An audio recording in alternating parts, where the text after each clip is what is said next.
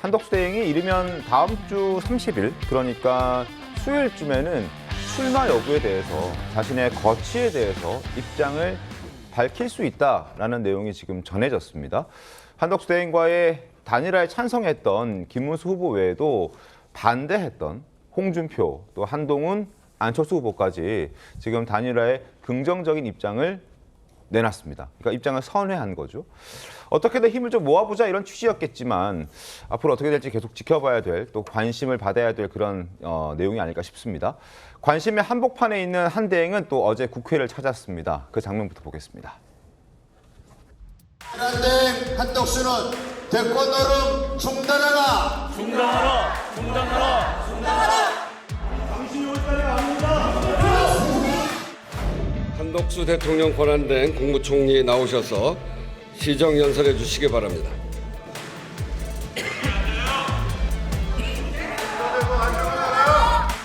저는 정부가 편성한 2025년도 제1회 추가 경정 예산안을 국민과 국회에 설명드리고 협조를 부탁드리고자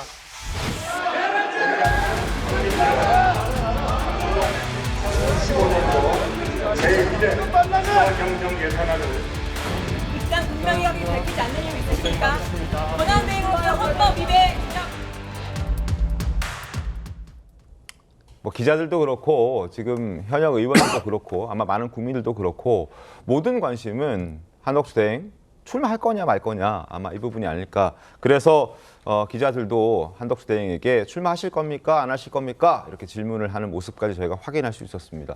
30일 얘기가 나옵니다. 김광삼 변호사님. 30일쯤에는 마음을 굳혀서 자신의 입장을 밝힐 것으로 지금 얘기를 하고 있는데 어떨까요? 긍정적으로 입장을 내겠습니까? 어떻게 내겠습니까? 오늘 출마 가능성이 굉장히 높다 이렇게 높다. 봅니다. 그래서 그 D-Day가 이제 30일 정도 될 가능성이 크다. 이제 네. 그 이유는 여러 가지가 있는데 일단 29일 날 국민의힘 경서 후보 2차 결과가 발표가 되죠. 29일 날 발표가 되죠. 네, 예. 4명을 이제 2명으로 압축하는 거예요. 그렇죠. 그다음에 그게 첫 번째고요. 그다음에 29일 날 또 국무회의가 또 예정돼 있습니다. 네. 그리고 그 전날은 이제 28일 날 최상모 장관이 이제 미국에서 2+2 회의를 마치고 돌아와요. 네. 그럼 28일에 보고를 받을 거고 이 내용과 관련해서 29일에 이제 국민회의에서 아마 논의를 할 겁니다. 네. 그러면 여러 가지 이제 관세 관련 미국과 관련된 부분에 있어서는 최종적인 건 아니지만 잠정적으로는 어느 정도 이제 마무리가 되는 거예요. 이제 그 이후에 7월 패키지도 있고 차기 정권과 관련해서 이제 미국과 협상 이런 게 있겠죠. 그렇다고 하면 가장 디데이는 30일일 것이다. 왜냐하면 더군다나 5월 4일 이전에 네. 사실은 출마하려고 하면 이제 공직 사퇴하는 거 아닙니까? 그렇기 때문에 임박에서는 할 수는 없을 거예요. 그러면 적어도 29일이나 29일 이후 그렇다면 이제 30일이 가장 출마를 공개 발표하기에는 굉장히 가장 좋은 일자가 아닌가 싶습니다. 네, 출마할 것이다. 출마를 하는 방향으로 입장을 낼 것이다라는 의견을 주셨습니다. 김진욱 대변인님, 민주당에서는 사실 어제 그 시정연설 역시 출마 선언문으로 생각할 정도로 사실상 민주당 입장에서는 한덕수 대행이 출마하는 걸 기정사실로 받아들이고 있는 상황인 거죠. 뭐 본인께서 그렇게 그 행동을 하고 계시잖아요. 사실 어제 국회에서도 언론들 또는 뭐 의원들께서도 출마 여부에 대해서 거취에 대해서 명확하게 밝혀달라 이렇게 얘기했을 때 아무런 말씀 안 하시는 네. 것 이것이 뭐 노코멘트다 이렇게 노코멘트. 보이지만 네.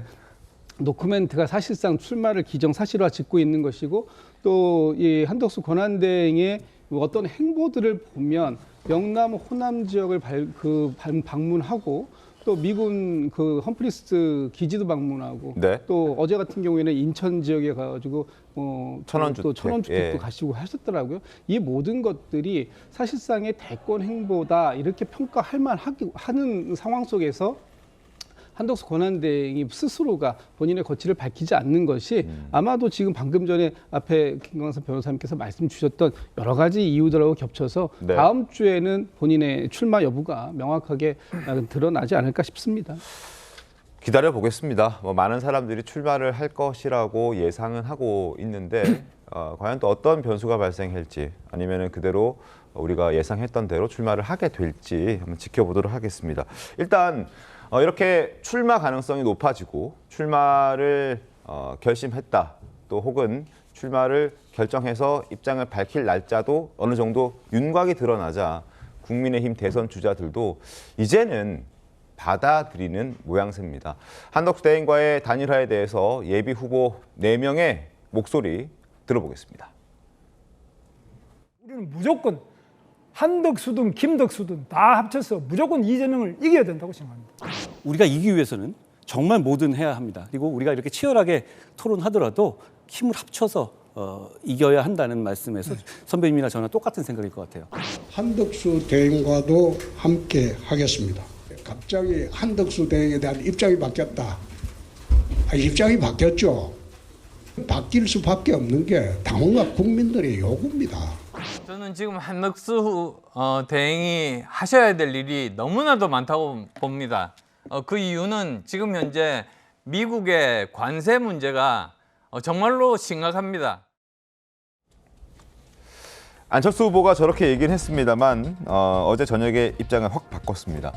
김문수 후보가 원래 찬성이었고 안철수 후보 반대, 아까 그래픽 잠깐 나갔죠. 근데 이제 어제 저녁 밤 기점으로는 김문수, 안철수, 한동훈, 홍준표 모두 다 찬성, 단일화에 찬성하겠다. 그래, 한판 해보겠다. 뭐든 해보자.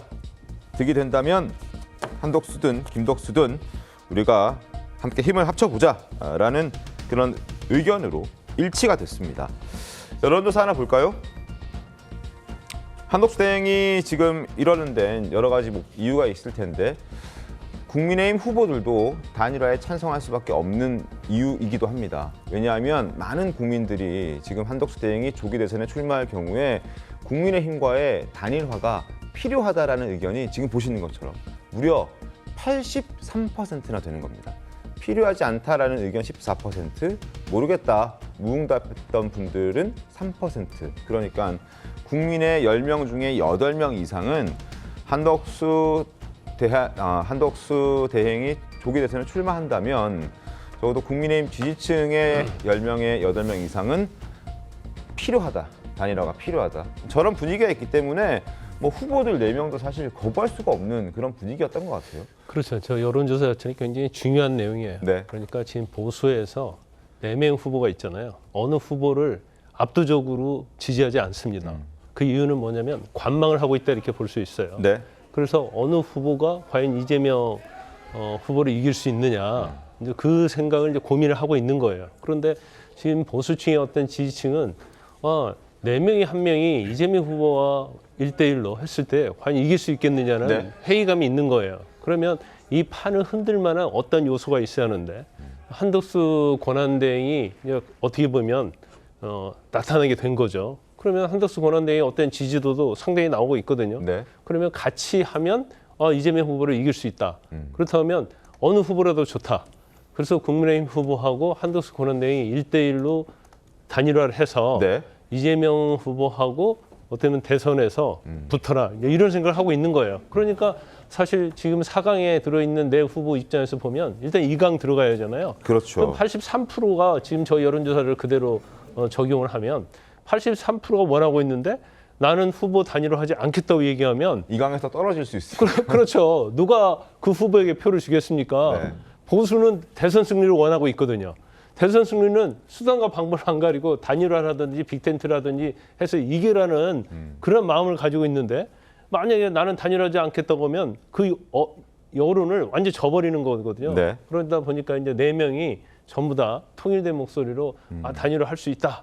저는 이런 얘기를 하고 있습니다. 근데 김기훈 대변인, 네. 단일화 하겠다는 게 한덕수 대행에게 양보하겠다는 것도 아니잖아요. 네. 그러니까 홍준표 후보도 그렇고 김문수 후보도 그렇고 뭐 한동훈, 안철수 다 마찬가지일 네, 것 같습니다. 맞습니다. 그러니까 단일화를 반대하지 않고 찬성은 하는데 그 후보가 나다라고 주장하는 그런 분위기도 그러니까 있잖아요. 우선적으로 제가 경선을 통해서 우리가 네. 4강, 2강, 그다음에 한 명이 최종됐을 때 지금의 지지율보다 분명히 높을 겁니다. 그런 당당함과 자신감을 가지고 좀 대하면 될 것 같은데 네. 이거죠.